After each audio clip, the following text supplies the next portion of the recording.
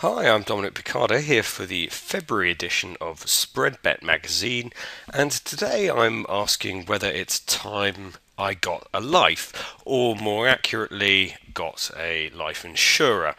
That's right, I'm weighing up the benefits of a trade involving the share price of Legal & General, the FTSE 100 life insurance giant, which, as you can see, has been in this powerful uptrend ever since these depressed lows of March 2009.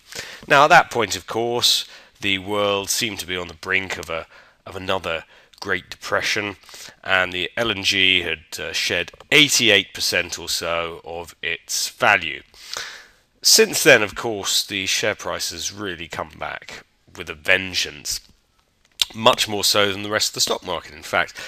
Lately, it's got back to pretty much where it was back in the summer of 2007, before the credit crunch first bit.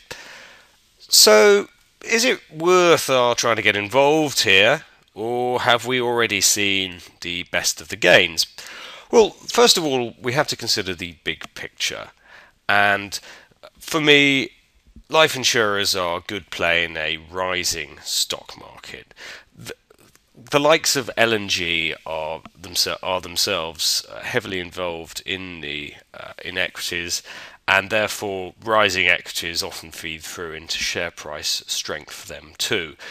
The beta of the sector, of the life insurance sector, is traditionally greater than one, meaning that a 1% increase in the share price or in the all share index will generally feed through into a greater than 1% gain in the sector. That is in life insurers as a whole. And obviously the same applies when we are talking about a market which is on the way down. The sector, the life insurance sector, will tend to fall by more than the market itself during a down move. So I'm bullish on the outlook for the FTSE 100 as a whole. I think the index is significantly undervalued and has a lot of catch up to play. And I think that investors are generally also too bearish about the outlook for this year, that stocks could therefore surprise. So in this environment, I can see LNG continuing to rise along with the stock market as a whole. At the same time, I am mindful that a lot of people will be concerned that we're closing in on the sort of highs that we saw in 2007. Often markets do experience a major failure when they get back to previous significant highs such as those. However, what I would point out that at this high here back in 2007, and also if we go back to the highs of the pre 2000 top, then this company was significantly higher, more highly valued at that time.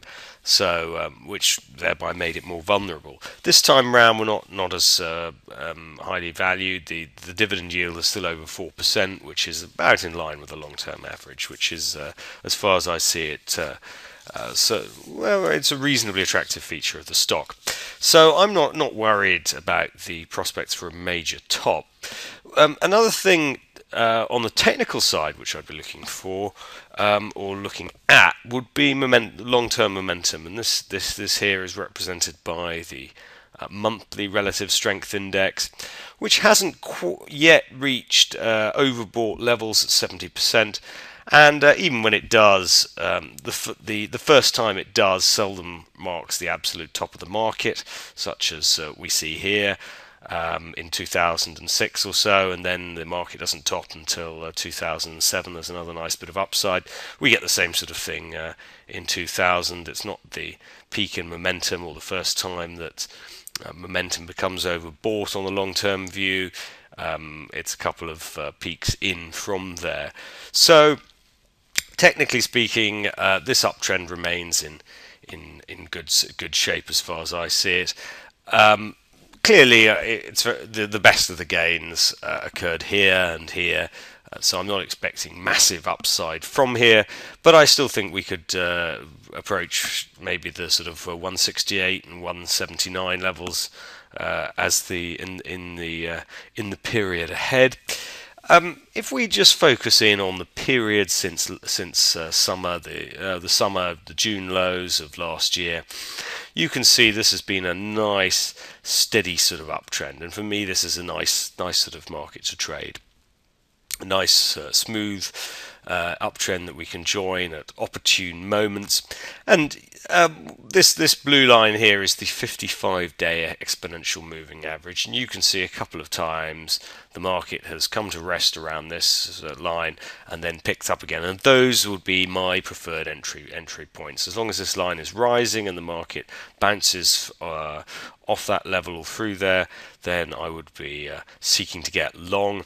I'd also settle, frankly though, for a more modest dip that doesn't even reach there. Something which takes the daily relative strength index down to around, say, the neutral level, around 50% or so on here. So those for me would represent good short-term spread betting opportunities. And what's more, then again, we might get, and I do expect at some stage we're going to get a larger shakeout in the stock market this year, maybe another 5 or 10% off, which I think will create another great buying opportunity in equities as a whole. But given the tendency of life insurers to bounce by more than the market, I think LNG in that situation after a correction could make an especially interesting recovery play.